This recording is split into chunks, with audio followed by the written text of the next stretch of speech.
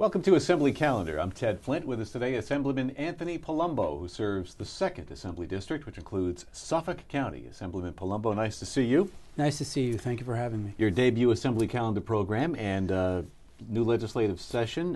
This is your first session, so you're a rookie. What are your overall impressions of Albany so far? Well, I'm still taking in the majesty of it. It's really the tradition and beauty of the building. It's really quite an amazing thing. And I've never run for office, or had never run for office. I was an assistant district attorney for about 5 or 6 years, but had never actually been in the process. So it's quite exhausting. Yeah, lost a lot of weight, had a lot of fun. That's good. Well, you're in the right business then if Yeah. you had a lot of fun. And you mentioned you're an attorney, 16 years. That's altogether. correct. That's correct. I've been practicing, as I mentioned, my first 6 years were as an assistant district attorney in Suffolk County. And I moved through the ranks, was in a felony bureau, and became the trial supervisor for the 5 eastern towns of Long Island, the North Fork, the South Fork, and Shelter Island. And left that, went into private practice, been there for about 10 years in private practice, doing generally litigation type stuff. Mm-hmm. And once the seat became vacant, I live out on the North Fork, and this district encompasses all of the North Fork, those 2 eastern towns, as well as a huge chunk of Brookhaven.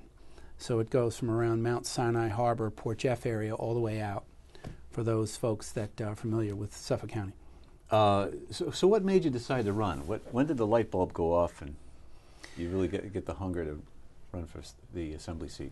Well, I had a small law firm, as I mentioned. For those 10 years, it's a small business with employees and paying MTA payroll tax and all those other fun things that we get on Long Island, and having to deal with the exorbitant property taxes that we have to deal with.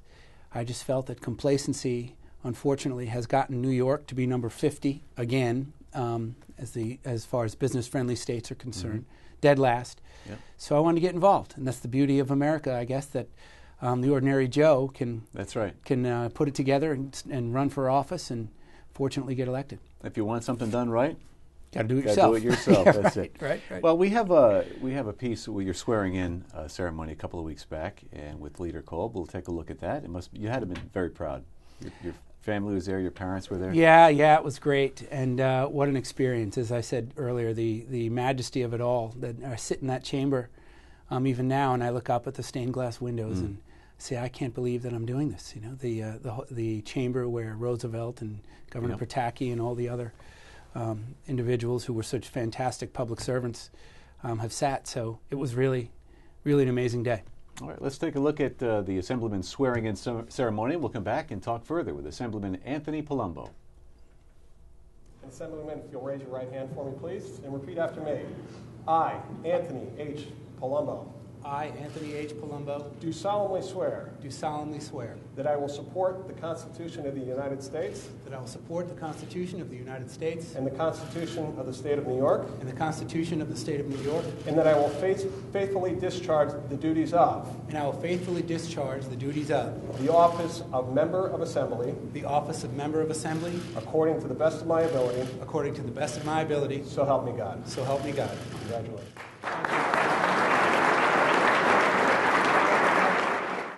There it is. And your parents had to have been proud. Yeah, they certainly were. My wife is thrilled at this point. As you see, my children are 9 and 6. They're younger, and they've been dealing with it with my travel to Albany, which is always an issue. I think during the campaign, a number of people said, "You sure your wife's okay with this? Your kids are somewhat young." Yeah. But she's been great. She's an attorney as well, and she's absolutely thrilled that it went my way. Mm-hmm. We'll see in June if she still has those feelings. There's still a newness to it all. Right. Yeah, okay.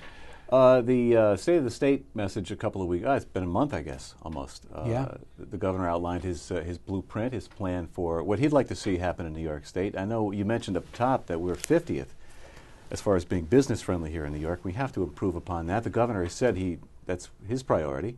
New York is open again for business. Have you liked what you've heard thus far from the governor?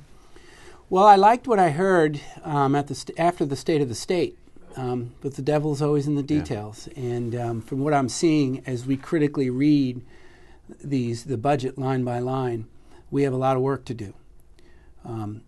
The business. We have the largest outmigration in the country in New York State, and small businesses have a tough enough time opening businesses on Long Island because of the geographical aspects of it, especially manufacturer. They need to produce in a very high tax, expensive area. Property taxes are prohibitive, and then they need to ship their product off an island to Connecticut, the city, whatever it may be, dealing with congestion and time issues. So I think from a business standpoint, we really need to incentivize in order to get larger companies to come aboard. And we've got issues like the MTA tax, which still applies to the top 20% of businesses. And a larger business, 25 employers or more, would be foolish, honestly. And it's sad to say that, and it's shameful. But what businessman would impose on themselves a tax like the MTA tax, where it's a pure profit killer? After all the other expenses are paid and payroll is made, you still need to cut into what would otherwise be profit and write this additional tax, the bonus of the MTA. So that's something that, from a business standpoint, as far as a business-friendly environment, has to be dealt with. Okay.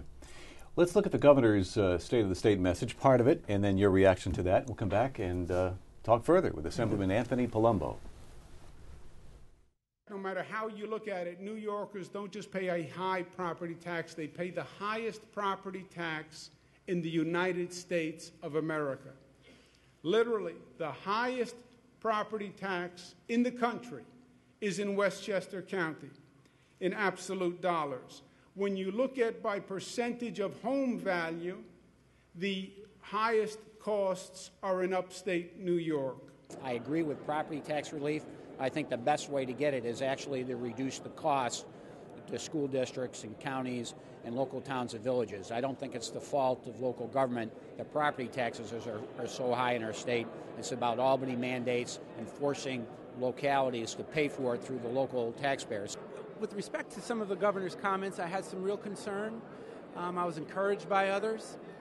I essentially ran on the platform that as a small business owner of a small law firm on the East End, and as a property owner, our biggest concerns on Long Island, especially on the East End, are property taxes, as well as the lack of a business-friendly environment. We had the MTA tax. It's still slightly or somewhat in effect for the larger 20% of businesses. But it's encouraging to hear the property tax talk. And I hope I'm going to hold his feet to the fire, and hopefully that he will follow through on that, freezing property taxes as well as reducing the corporate tax for businesses. And that's encouraging, but I didn't hear much else about Long Island. Unfortunately, we tend to be the piggy bank for much of the state, and especially New York City. So that was of somewhat significant concern to me. Well put, the piggy bank for the rest of New York. Yeah. And you know, to echo Minority Leader Kolb's his words, that there are a lot of hidden taxes for property owners in other areas of the budget. For example, with the state aid, we have a very limited amount of state aid. In fact, our state aid presently proposed is at the levels that we were getting around 2004, 2005. And that's the hidden tax. And it's something like when you have, say, the 2% tax cap, which sounds like a wonderful idea. Right. But the ground is made up by the property owners in the district. That, great, it doesn't come from the state coffers, it's still got to come from somewhere. And that's why 2/3 of our bill is for school aid. So those are the wrinkles that we need to deal with when we have the limited amount of state funds subsidizing our schools. And that is obviously the largest concern. And we really need to, we've got some wood to chop, because I think many people in Albany, including the second floor and the executive office, consider Long Island, or the East End of Long Island, even as a success story, that they are doing well. The tourism has increased, that everyone seems to have beautiful homes, but this is, I believe, where the bulk of the outmigration is coming from.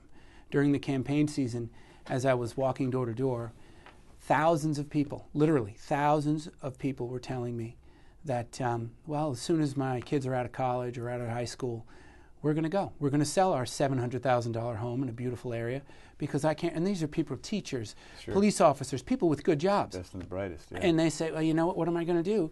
I can't pay $22,000 a year in taxes. These are the kind of numbers we're talking about in my district. So, and they're beautiful homes, like I say, $500,000, $600,000, $700,000 homes that they bought for $250,000. But now everything is appreciated to the extent that they have great home value, but the property taxes have increased at an even more alarming rate. So that is priority number one. It's hard to make a go of it, sure. How about universal pre-K? That's big downstate. That whole yeah, it is. It is, and that's we don't have full day kindergarten. That's right. In many of my in many of the schools in my district. So.